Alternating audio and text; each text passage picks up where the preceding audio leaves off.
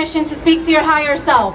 So, if I have your permission, raise your hands. I love seeing all these hands raised. Yes, yes, yes. So my friend Mike over here is going to help me with the bowl. All right, let's kind of cleanse the energy.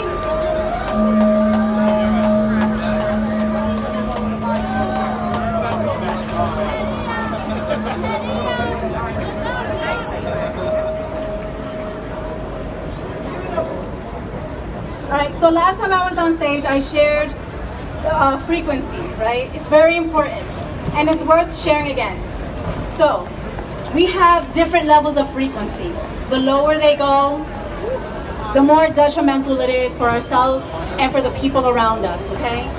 So 20 is shame, 30 is guilt, 100 is fear, 150 is anger, 250, neutrality, 500, love, 700, enlightenment. It goes without saying that the past year and a half has been intense, and the last 2 weeks have been really intense. It's been overdrive. I'm receiving more and more messages of people being worried.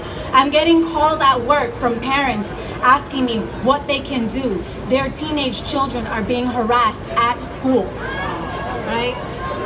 This is done on purpose because they want us to live in fear. They're pushing us to stay at 100 hertz and less. The information parroted over and over again that you should get inoculated, showing that shows you care about others. This then emboldens people to shame those choosing not to take the experimental jabs. This past week, it's happened to me numerous times at work. I had a friend even reach out to me, tell me how sad I am for having this way of thinking. They're doing their best to shame me, to keep me at 2030. And I guarantee, or I'm sure, there's plenty of people here in this crowd that have been going through the same thing over and over again. They want to keep us at 20, 30, 100, and no, we're way stronger and wiser than that. Each day we choose our vibration, and we don't have to remain oscillating between 20 and 150. It doesn't serve us, and it doesn't serve humanity. We stay in our heads instead, and we try to figure out how to talk to people.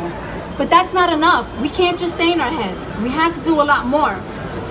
We end up shaming other people for wanting to take the jobs, and we have to stop that too. We have to take accountability, everybody. We have to take accountability, right? We end up in a feedback loop of despair, anger, and shame, and that has to stop. We are the awakened ones. We are aware, and we must change this. It's up to us. It is up to us. We have to stop being so cerebral and start using our hearts to reach each other. So I'm gonna give you some science, all right, about the heart electromagnetic or electrical field. The heart, we think the brain is so strong. No, it's the heart. The heart is 60 times greater in amplitude than the electrical activity generated by the brain. Did you know that? They don't want us to be in our hearts. They want us to be stuck here in fear, right?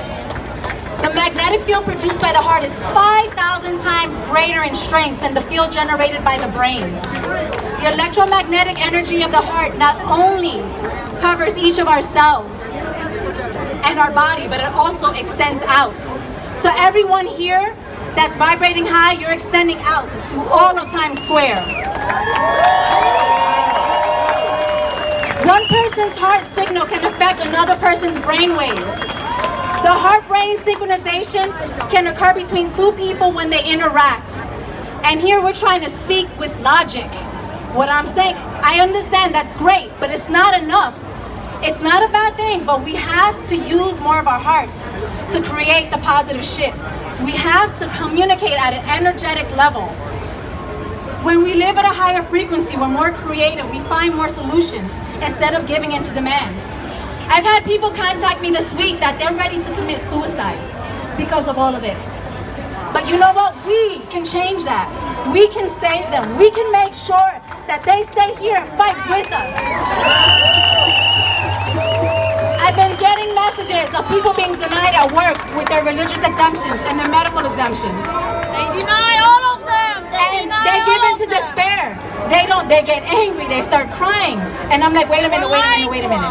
you need to step back. You need to pray, you need to meditate, you need to reach to something much higher and calm down and find solutions. Yeah, we need more of that. So that's happened to me, and so I walk away. And then I search for self-love, and I'll reread whatever messages I'm getting. From my job, they basically said that they're doing everything lawfully, and that's why they can't accommodate me with my religious exemption. But because I took a step back, I reread it, and I'm like, wait a minute, they're not putting any statutes. They're just putting law. And many people, as soon as they hear or see law, they fall into fear. They're like, oh my God, well, the government said it's a law, that's it. No, that's when you ask more questions. All right, make sure that you do not submit to the BS. No way. And this is when we have to depend on our hearts more. Our hearts can impact people within several feet of us. And Dr. Carrie Madej, you guys, you know who Carrie Madej is, brilliant doctor. So she said that when we vibrate really intensely with love, we can even extend out for miles. So that's what I want for all of us, extend out for miles. So imagine radiating just 6 feet as we walk, and we're touching the hearts of people as we walk. Imagine all of us right now extending that love to everyone here. We are powerful. So I'm gonna end with some homework.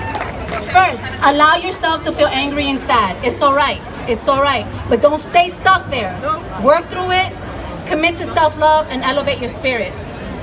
Strategize. Ask for help. If you're out of work, don't be ashamed to ask for help. There are people out there who are willing to help you. Third, gather with people and do a class action lawsuit. That's what I'm doing now. That's what I'm part of with the DOE. And also make sure that you elevate together, all right? Third, send love to everyone that's on our side. For me, Judge Lawrence Love, I send you love for how you ruled this past week for the DOE employees. Right? And this is not going to be popular. This is going to be hard. But we have to send love to those who are trying to shame us. They need to know that we love them no matter what. So, I will close with Walter Mercado's favorite words, or famous words. Que reciban paz y mucho, mucho amor.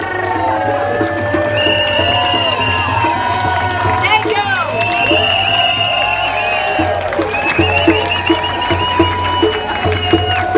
Thank you, Raquel, the voice of love.